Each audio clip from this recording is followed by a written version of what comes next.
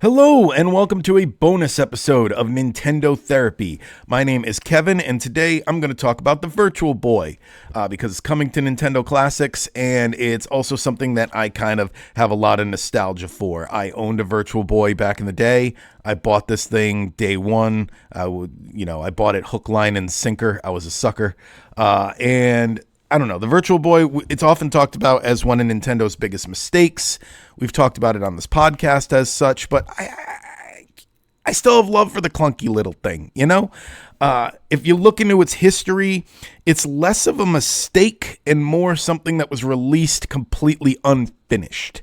It's in order to be a mistake, I feel like it has to be something where Nintendo's, were like, oh my God, I can't wait to sell this thing. And if you look into its history, that's not the case. They were not excited about this. It was more, hey, we put a lot of money into this thing and it's been going on in development for years now. We need to release something. So get some of that money back for us. That's the Virtual Boy story. I know a lot of people have been less enthused about Nintendo selling the headset for $100. But I think it needs to be looked at more like this. It's not an item that's being sold in stores, It's not being mass produced. It's something that is available to the highest tier members of a subscription service who are interested in Virtual Boy. It's niche. It's a collector's item. It's not something that they're expecting everyone to buy. So I think when you think of it as a collector's item, like those statues people buy at Comic-Con and stuff like that, it makes a lot more sense. It's something for people who collect this type of thing. It's not for everybody.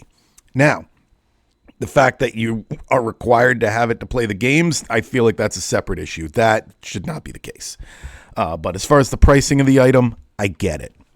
Anyway, as a lifelong Virtual Boy enthusiast, I thought this is the perfect time for me to give my thoughts and rank every Virtual Boy game released in North America, all 14 of them. There were 22 released total for the game, and even some halfway developed games over the years that have gotten finished and released. But I'm going to talk about the 14 that were released here in North America and a couple of bonus ones at the end. So I am going to rank on a 1 to 5 system. We've got Almost a Game Boy game at the top because the game was so good. You're like, hey, they should have made like a Game Boy version of this. This is a good game.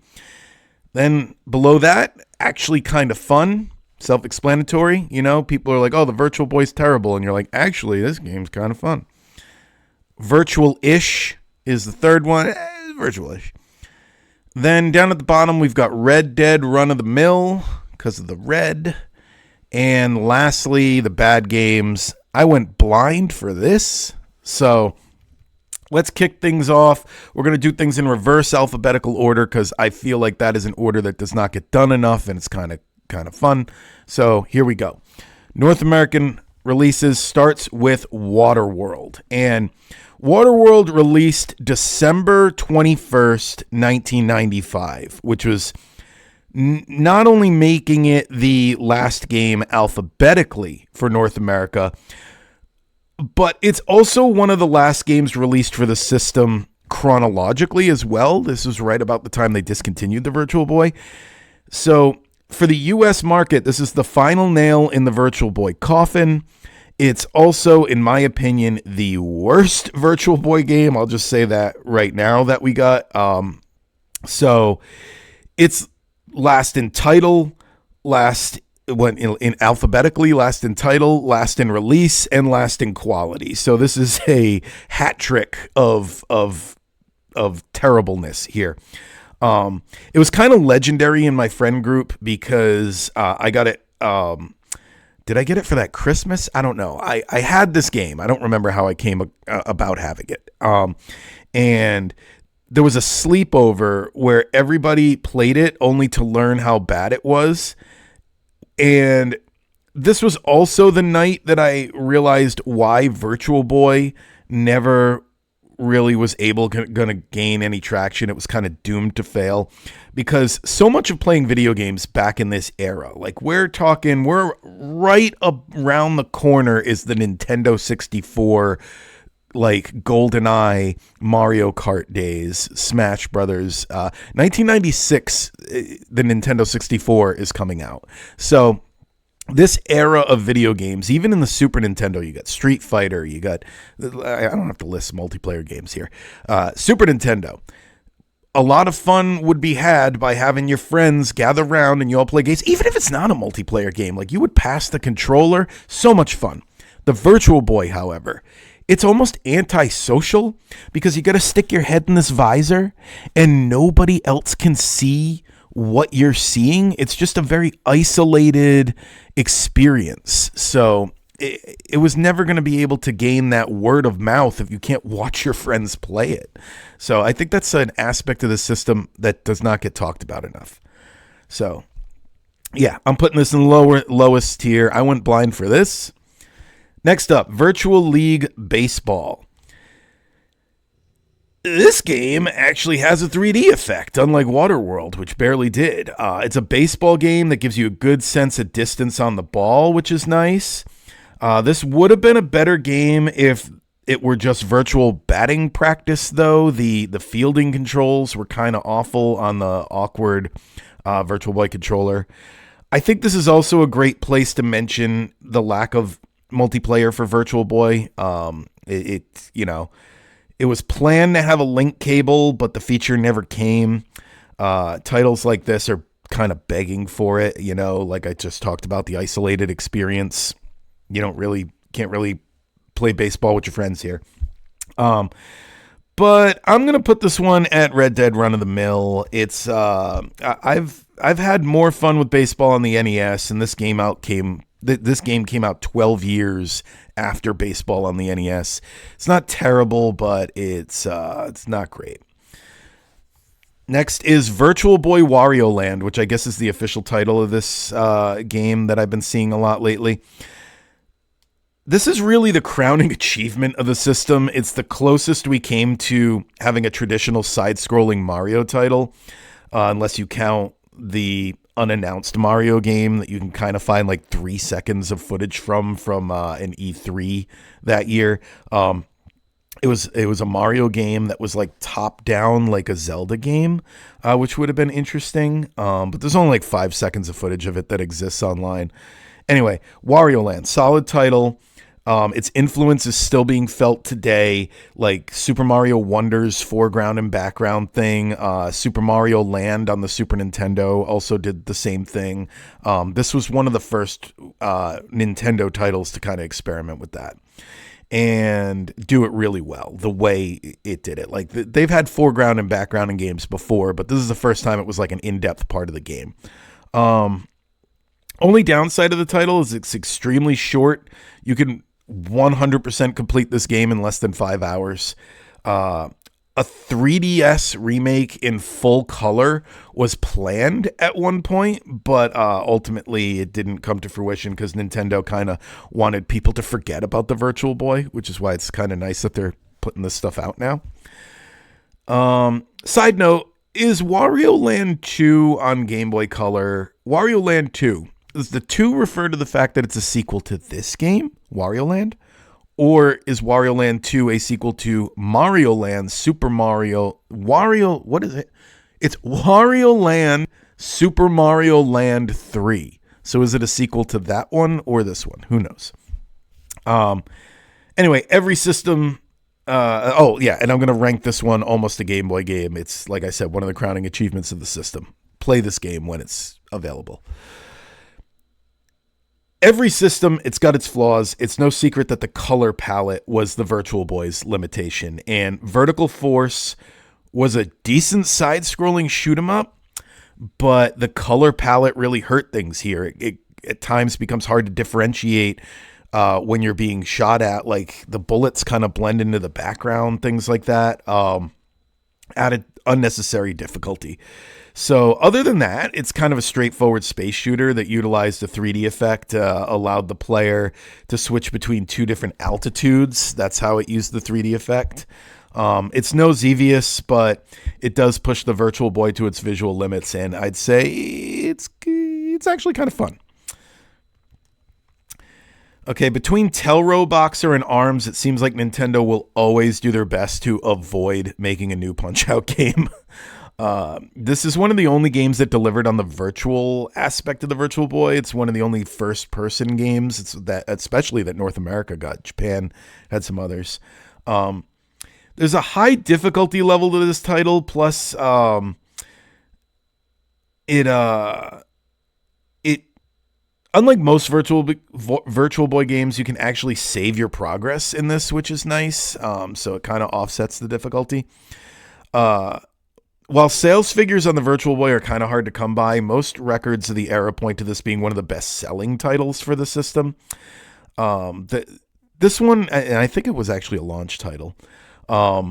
This one would rank higher if there were an adjustable difficulty level, but for now I'm going to put it at virtual-ish. Okay, and the strangest game in the batch for me is Red Alarm.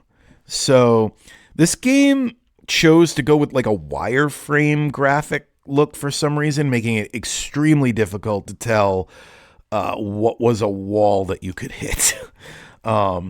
And it's kind of like Star Fox if there were only two colors and everything was hollow.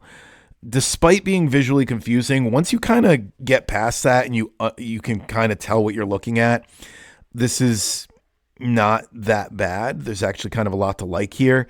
I think if they were able to fill in those wireframes with maybe like a little bit of red with the opacity turned down or something, this would have been like a real good showcase for the system's capabilities. I'm going to place this one on virtual-ish. And one of the only games that released for Virtual Boy that released on other systems was Panic Bomber, a Bomberman puzzle game that I'm not sure why they thought the Virtual Boy was a good place to put this, other than the fact that they seem to have released Panic Bomber on everything that was available at the time. It was even on the TurboGrafx 16. The Virtual Boy version, it's the worst of the batch, though, because there's no way to differentiate the falling pieces by color, which they had on every system. It's a puzzle game. Other than that, when you know what you're looking at, I'm going to say this one's actually kind of fun. I mean, it's a puzzle game. It's it's pretty hard to screw up a puzzle game, although Virtual Boy managed to. We'll talk about that later. And even though we never got the link cable for multiplayer, Nestor's Funky Bowling delivers as a multiplayer experience by having players pass the controller. So kind of helps that isolated feeling I talked about. The gameplay is fairly solid for a bowling game, though. Even though this is yet another title to not save high scores, they had a big problem with saving data on the Virtual Boy, I guess. It's an okay game. Like Nestor, by the way, if people don't remember, he was a short-lived mascot for Nintendo Power Magazine, and this is his only game appearance that I'm aware of. The repetitive nature of bowling kind of makes me want to rank this in the middle. I'm going to put this at Red Dead Run of the Mill. I mean, why would you really ever go back to this? It's not terrible. It's not like Waterworld level, but I mean, if you're going to go back and play a Nintendo bowling game, you're going to play Wii Sports Bowling or whatever. Okay. Mario's Virtual Tennis. So this is actually technically the first Mario Tennis game, which the new Mario Tennis came out this month as well. I don't know why they put both out in the same month. Nintendo, come on, you're losing millions in sales by putting Virtual Tennis out there for people. Anyway, this is by far the game I played the most on the Virtual Boy growing up. It's still fun. Like the Mario characters all look great for a game released in 1995, even if they are all just solid red. I'm going to rank this as almost a Game Boy game, even though I actually think this is technically above what the Game Boy would have ever been able to deliver, which shows that the Virtual Boy was at least a step up system-wise from the Game Boy in terms of visuals, even though they were red and black. Wow. They were red and black. The Game Boy was monochrome at the time too. The Game Boy Color was not out yet. So visually, this was a step up, but Game Boy, way more successful, way more better titles. And then we have another Mario title, Mario Clash. It's another title for the system that did not disappoint. The game, it's basically a 3D remake of that original Mario Brothers arcade game. It's all you need for a good time. Again, multiplayer would have been nice, but during a pre-release period for the system, Mario Clash was frequently mentioned as being one of the best games previewed. Like, people writing for video game magazines at the time were like, oh, wait till you guys see Mario Clash. Which is kind of funny looking back. The system never seemed to find a way around doing the same gimmick over and over again. Like, they would think of one way to use the 3D technology and just keep redoing it. And that's basically the case here. The 3D hook is like, oh, some things are in the foreground, some things are in the background. That's it. This one's actually kind of fun, though. We never got a Zelda game for Virtual Boy, but a lot of people have said that Jack Bros is close enough for them. It's close enough for me. This is one I wonder if they had like supply issues with, because I know it's super rare. Like, a loose cart will sell for like $800, not even in box. And it was one that I wanted at the time, and I remember it was on display at Toys R Us, like in the display Virtual Boy, and I played it there, and I was like, I want this game. And every time I would literally bring my money to buy it, and they were sold out. They didn't have any. So I wonder if it was just like one of those things where like each store got like 5 copies. Like, I worked in retail in the late 90s. I remember some of these games getting inventory that low. Anyway, game also features one of the best soundtracks on the system, and I don't know, that soundtrack better come to the Nintendo Music app, by the way. It's a game that almost like every Virtual Boy player should play, but I feel like most of them have barely heard of it. I don't know. This is a cult game. You're either super into this game or you're not.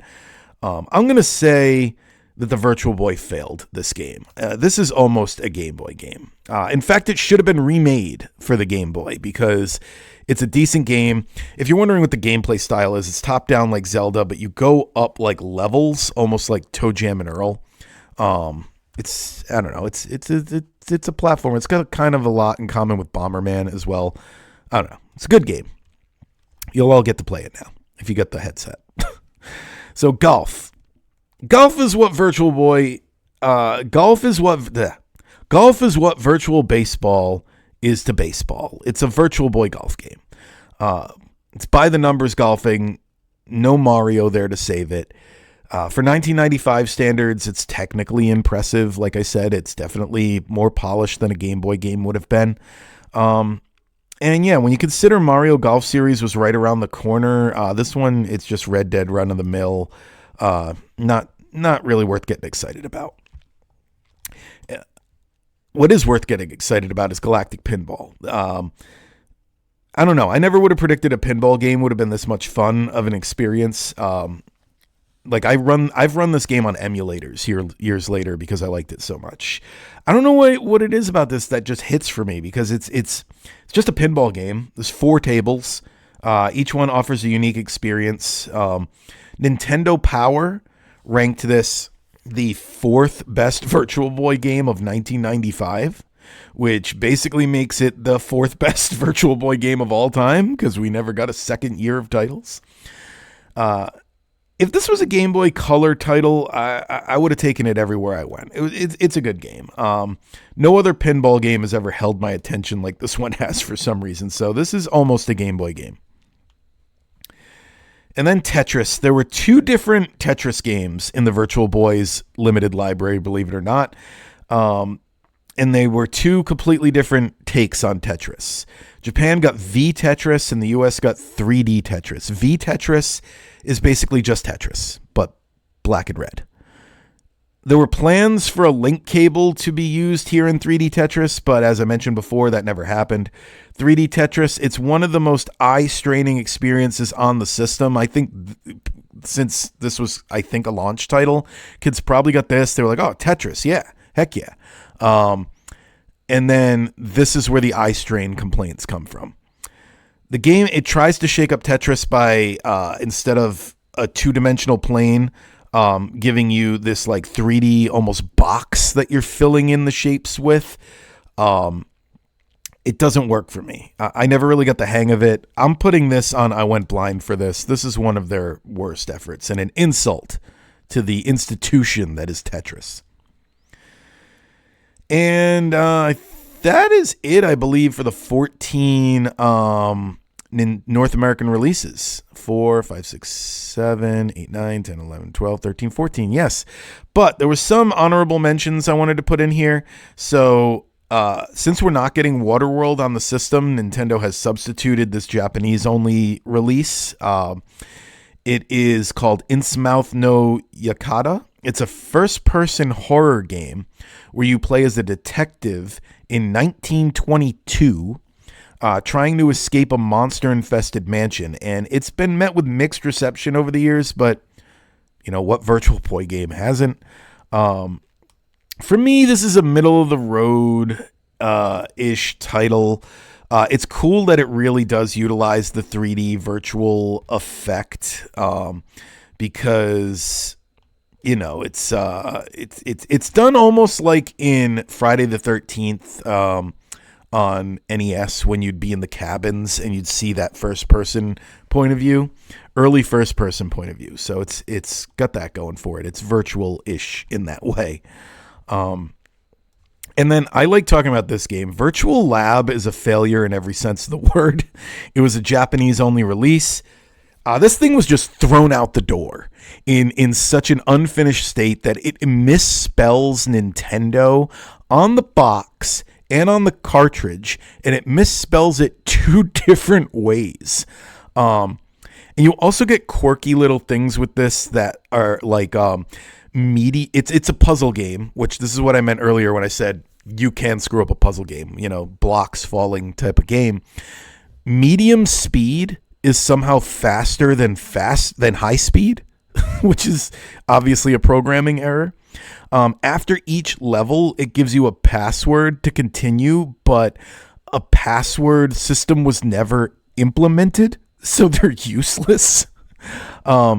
I think this has gotten such a cult following off of how big a failure it is that fans have made their own versions and finished the game where they fixed these mistakes. It's just funny, like how unfinished this game was. Also, the playfield is too small. The controls are unintuitive. Like this, obviously, it syncs with Waterworld, but yeah, it's a monument to badness, this game.